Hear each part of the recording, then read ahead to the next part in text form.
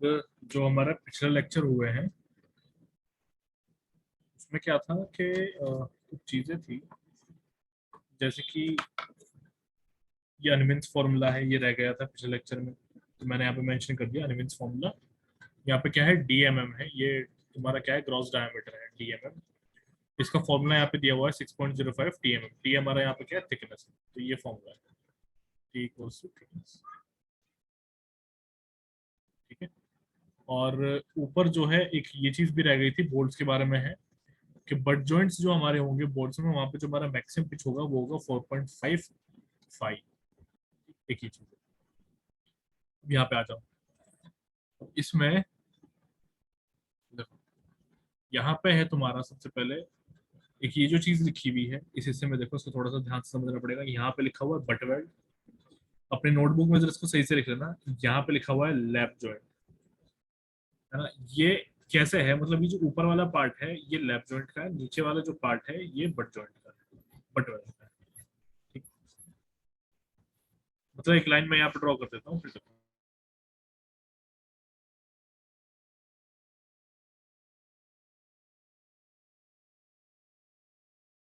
ये है यहाँ, अब इसका मतलब समझते हैं। तो देखो सबसे पहले यहाँ पे लिखा हुआ है effective length of fillet weld design to transit axial load shall not be less than 4s और 40 mm। यहाँ पे ये कह रहा है कि जो हमारी इफेक्टिव लेंथ है फिलेट वेल्ड की, जिस पे एक्सियल लोड लग रहा होगा, वो 4s या फिर 40 mm से कम नहीं होनी चाहिए।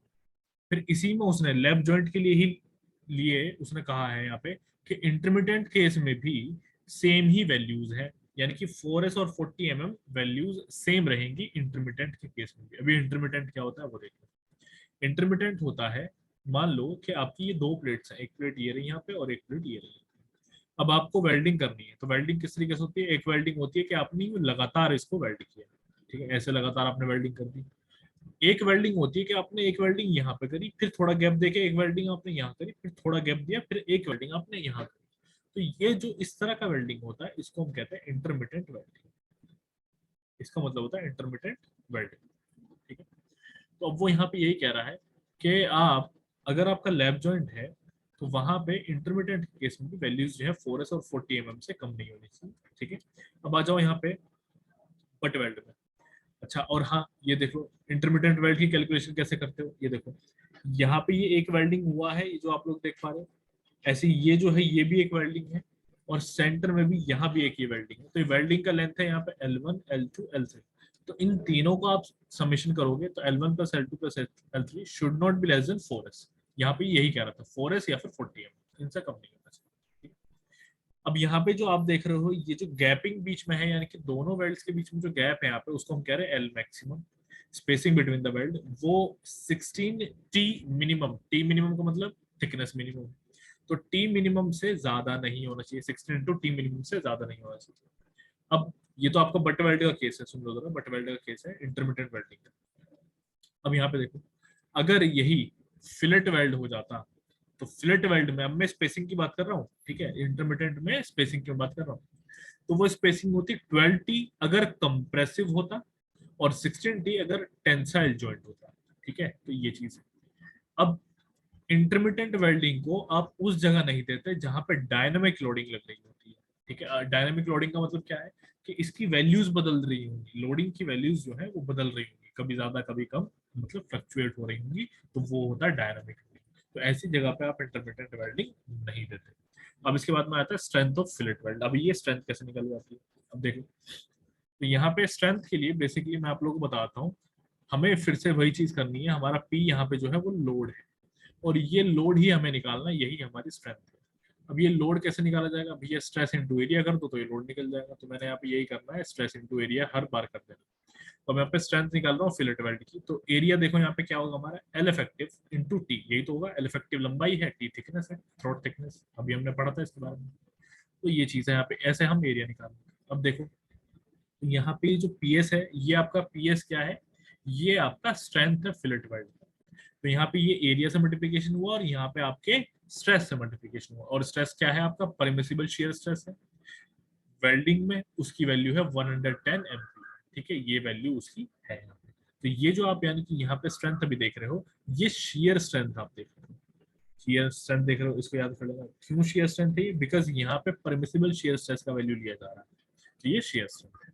ठीक, तो यहाँ पे देखो अब ये है हमारा formula p s equal to l effective into k s into f s. अब ये के एस कैसे आ गया? देखो कल तुम्हें ध्यान होगा पिछले लेक्चर में हमने क्या लिखा था, ये जो टी यहाँ पे थिकनेस है, ये इसका फॉर्मूला था टी इक्वल टू के एस, थ्रोट थिकनेस का फॉर्मूला था ये, है ना? तो यही चीज है यहाँ पे, मैंने इस तरीके से लिखा। अब आगे देखो, यहाँ पे ये जो एल इफेक्टिव है, एल इफेक्टिव क्या है? टोटल अगर मैं लेंथ की बात करूं तो वो क्या होता है? एल इफेक्टिव प्लस 2s होता है। 2s का मतलब देखो मैं बताता हूँ, ये जो आपके सामने यहाँ पे फिगर है, थोड़ा इस वाले फिगर पे ध्यान दो, इस वाले फिगर की मैं यहाँ पे बात कर रहा हूँ, इस वाले फिगर की। तो यहाँ पे ये वेल्ड साइज है, इसको मैं कहूंगा एस, ये आप लोगों को दिख रहा होगा। ऐसे ही यहाँ इस साइड में भी एक वेल्ड साइज होगा एस।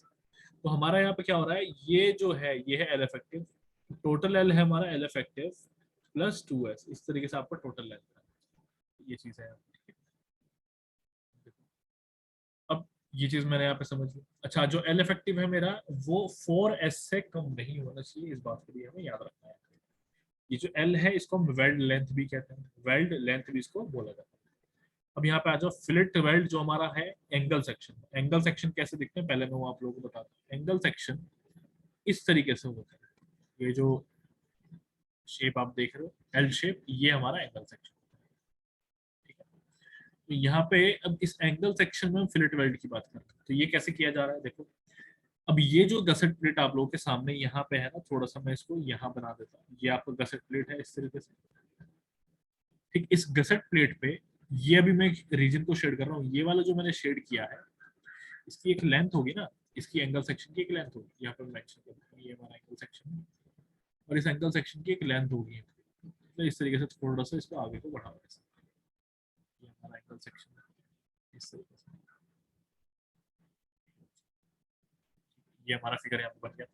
तो यहाँ पे हो क्या रहा है कि ये जो इसका नीचे वाला हिस्सा आप लोग देख रहे हैं, ये यहाँ वेल्ड किया जाता है ऐसे, ये मैंने यहाँ पे वेल्ड कर दिया। और ये लाइन जो अभी आप देख रहे हो, मैंने जो दूसरी लाइन बनाई है, ये मैं कलर कर देता हूँ थोड़ा सा, ये यहाँ पे जो रेड लाइन है ये देखिए, ये आपके ऊपर है ऐसे। ठीक है, तो एंगल सेक्शन में इस तरीके से वेल्डिंग होती है। अब यहाँ पे वो क्या कह रहा है, इसी चीज को कह रहा है कि फिलेट वेल्ड जो है हमारा एंगल सेक्शन में, वो कैसे किया जाता है।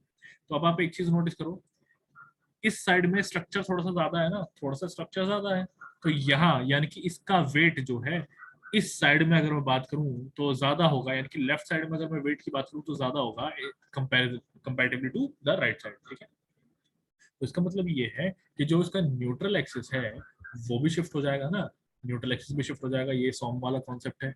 तो न्यूट्रल एक्सिस इसका कहीं सेंटर से थोड़ा सा यहाँ आता है, ये देखो यहाँ आता है। ठीक है, ये इसका न्यूट्रल एक्सिस आ चुका है।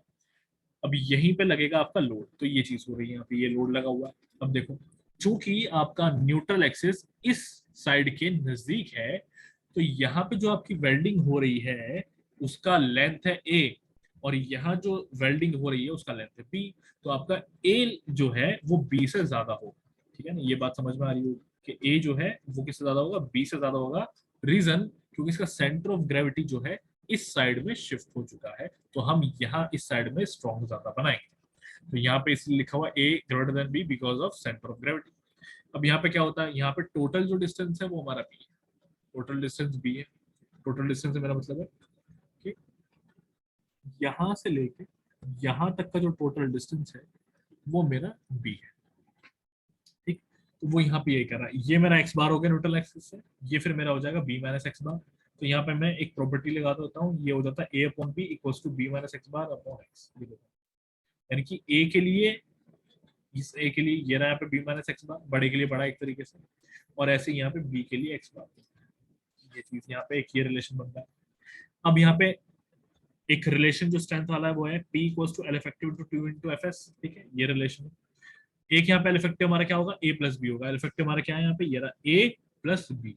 अब मैं क्या करूंगा, ये जो मेरे पास में यहाँ पे रिलेशन है इसको मैं यहाँ इसमें पुट करूंगा, तो मुझे ये फर्दर आगे रिलेशंस कुछ मिल जाएंगे जो कि है A equals to b minus x bar upon b into l effective, और ऐसे B equals to x bar upon b into l effective. एक ही ये रिलेशन है। तो ये रिलेशन जो है थोड़े से इंपॉर्टेंट है, काम आएंगे आगे न्यूमेरिकल में।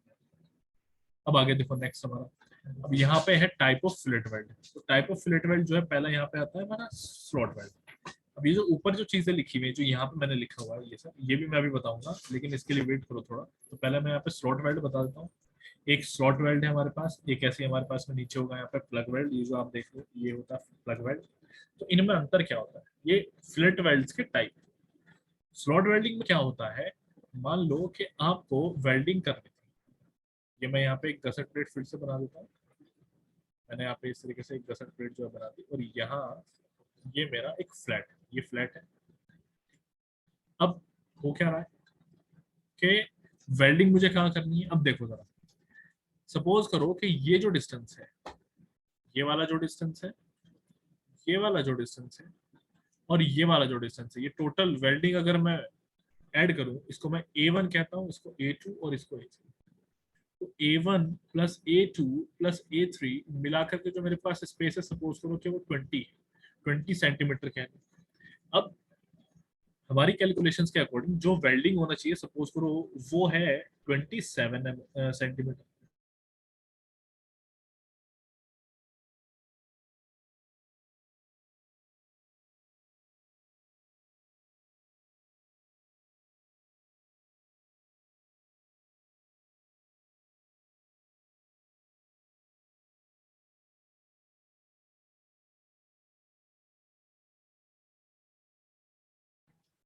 अब यहाँ पे क्या होगा, वेल्ड साइज हमारा 27 सेंटीमीटर है जो हमें देना है, ये हमारा वेल्ड साइज है। और ये जो ऊपर 20 सेंटीमीटर है, ये हमारा क्या है, अवेलेबल स्पेस है। ये है available space for the welding, space for the welding. तो अब हम क्या करते हैं, यहाँ पे देखो A1, यहाँ पे जो A1 है, A1 A2 A3, ये चारों साइड में, अगर अब मैं जरा साइड हटा देता हूँ ताकि हमें थोड़ा सा स्पेस जो है मिल जाए। यहाँ पे अगर मैं अब चारों साइड में वेल्डिंग भी कर दूं ना, मतलब यहाँ पे अगर मैं चारों साइड में वेल्डिंग भी कर दूं, तो भी जो हमारी रिक्वायरमेंट है ना मिनिमम वेल्ड साइज की, वो पूरी नहीं होगी। तो अब हम क्या करते हैं ऐसे केस में, ऐसे सिचुएशन में हम इसको काट देते हैं। कैसे काटते हैं वो देखो, अब मैं दिखाता हूँ काट के इसको। इसको हम थोड़ा सा काट देते हैं, लाइक इसको हम यहाँ से काट देंगे इतना, ऐसे इसको हम यहाँ से काट देंगे इतना। और काट के क्या किया जाता है, इसकी लेंथ थोड़ी सी बढ़ा दी जाती है, इस तरीके से इसको हल्का हल्का काट देते हैं। तो जब हम इसको इस तरीके से काट देंगे तो होगा क्या, अब जो हमें वेल्डिंग करनी है वो यहाँ भी होगी बाहर, अब वो अंदर भी होगी, यहाँ भी होगी, यहाँ भी। यहाँ देखो वो इतनी लेंथ बढ़ चुकी है ना उसकी वेल्डिंग की, तो इसको जो रिक्वायरमेंट था वेल्डिंग का वो बढ़ चुका है। तो इस तरीके से काट के जो स्लॉट बनाए जाते हैं उसको हम कहते हैं स्लॉट वेल्डिंग। ठीक है, अब यहाँ पे देखो, इसकी टोटल थिकनेस है T, ये लिखा हुआ है T। अब यहाँ पे क्या है, देखो इसमें, यहाँ पे ये जो आप देख पा रहे हो B, मैं इसकी बात कर रहा हूँ, यहाँ पे जो B आप देख रहे हो B1, B1 का वैल्यू जो है वो T 2T से कम नहीं होना चाहिए। ठीक है, 2T से कम नहीं होना चाहिए। और ये T क्या है, यहाँ पे अपना थिकनेस है वेल्ड थ्रोट का, देखो मैंने नीचे मेंशन किया हुआ, थिकनेस है वेल्ड थ्रोट का। ये T थिकनेस है फ्लैट प्लेट का, इसको याद रखना, अंतर है सब में। ये थिकनेस ऑफ वेल्ड प्लेट है, या फिर थिकनेस कह लो, या फिर विड्थ है हमारे वेल्ड प्लेट, फ्लैट प्लेट की विड्थ ऑफ फ्लैट प्लेट, सब में अंतर है। ठीक, अब देखो आगे, अब यहाँ पे ये जो W आप देख रहे हो, ये 3T से कम नहीं होना चाहिए, या फिर 25 mm से कम नहीं होना चाहिए। ठीक है ना, ये चीज है, इनसे कम नहीं होनी चाहिए, यानी कि यहाँ पे हमें मैक्सिमम वैल्यू लेनी होगी, ये चीज। अब प्लग वेल्डिंग क्या होती है, प्लग वेल्डिंग भी ऐसे ही की जाती है, स्पेस होता है। देखो यहाँ पे मैंने इसको काट दिया बीच में से, अब मैं क्या करूंगा, इस स्पेस को मैं यहाँ पे जब फिल कर दूंगा तो ये मेरा प्लग वेल्डिंग हो जाएगा। यहाँ पे काट के मैंने चारों तरफ वेल्ड किया हुआ है ऐसे अंदर में, तो ये मेरा स्लॉट वेल्डिंग है। और जब मैं इसको फिल कर दूंगा तो ये हो जाएगा अपना क्या, प्लग वेल्डिंग। और इसको फिल किससे करते हैं, इसको हम फिल करते हैं वेल्डिंग मटेरियल से। ठीक है, इसको वेल्डिंग मटेरियल से फिल किया जाता है। तो ये चीज है। अब यहाँ पे आ जाओ, तो ये जो यहाँ पे पहला पॉइंट आप लोगों के सामने लिखा हुआ है, इसमें लिखा हुआ है फॉर डीप पेनिट्रेशन, यानी कि डीपर पेनिट्रेशन जो होते हैं वेल्ड्स की मैं बात कर रहा हूँ, वेल्ड्स में भी एक डीप पेनिट्रेशन होता है, यानी कि जब आप ज्यादा गहरा वेल्ड करते हो तो उसको हम कहते हैं डीप पेनिट्रेशन वेल्ड। उसकी वैल्यू क्या होती है, अगर आपने 2.4 mm से ज्यादा का वेल्ड किया है तो वो डीपर पेनिट्रेशन वेल्ड कहलाता है। तो उस सिचुएशन में क्या होता है, साइज ऑफ वेल्ड जो लिया जाएगा वो लेग साइज प्लस 2.4 mm लिया जाएगा, मतलब मिनिमम वैल्यू जो है ली जाएगी। ठीक है, minimum of leg size plus 2.4 mm, ये होता है minimum of leg size plus 2.4 mm। अब यहाँ पे देखो, अब ये नेक्स्ट पॉइंट है आपका, यहाँ पे ये जो नेक्स्ट पॉइंट है सेकंड वाला पॉइंट, और ये भी ये प्रीवियस ईयर क्वेश्चंस में आए हुए हैं, ये रिपीट हुए हैं प्रीवियस ईयर क्वेश्चंस में आए हुए हैं, इसको याद रखना है। अब ये दूसरा पॉइंट भी पूरा पूरा रिपीट हुआ था, इसमें क्या कहता है, यहाँ पे लिखा है welds made by semi automatic और ऑटोमेटिक प्रोसेस। वेल्ड जो होंगे, जो हुए हैं सेमी ऑटोमेटिक और ऑटोमेटिक प्रोसेस से, डीपर पेनिट्रेशन में 2.4 mm से ज्यादा, देखो जो मैंने बताया ना 2.4 mm से ज्यादा होना चाहिए, तो वो यहाँ पे यही कह रहा है डीपर पेनिट्रेशन में, ठीक है। अगर हमारा परचेजर और कॉन्ट्रैक्टर एग्री करता है, परचेजर और कॉन्ट्रैक्टर का मतलब क्या है भैया, ये अब साइट की बात आ गई है, मतलब उन दोनों की म्यूचुअल अंडरस्टैंडिंग हो रही है यहाँ पे, ठीक है ना। अगर वो लोग एग्री कर रहे हैं तो फिर उस केस में हम जो हमारा वेल्ड साइज है वो minimum leg size plus actual penetration जो उस वक्त हुआ है वो हम ले सकते हैं, अगर दोनों एग्री कर रहे हैं। तो ये चीज को याद रखना, यही आया था एग्जाम में क्लियर, वहां पे मेंशन था इफ परचेजर और कॉन्ट्रैक्टर एग्री, फिर उसने ऑप्शंस में ये चीज दी हुई थी, तो तुम लोगों को टिक करना था इसको, ये था, ठीक है। चलो अब देखो आगे, अब इतना हमने यहाँ पे समझ लिया, अब इस केस में आ जाओ।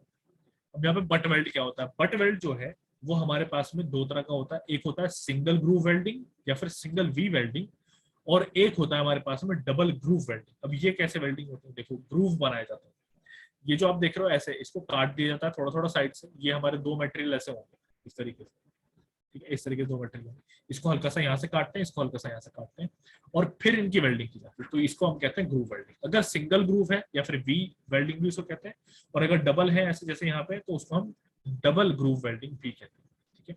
अब जो हमारा बट वेल्ड होता है वो फेल होता है टेंशन में, इसको याद रखना, butt weld fails in tension, और जो हमारा था फिलेट वेल्ड वो फेल होता है शियर।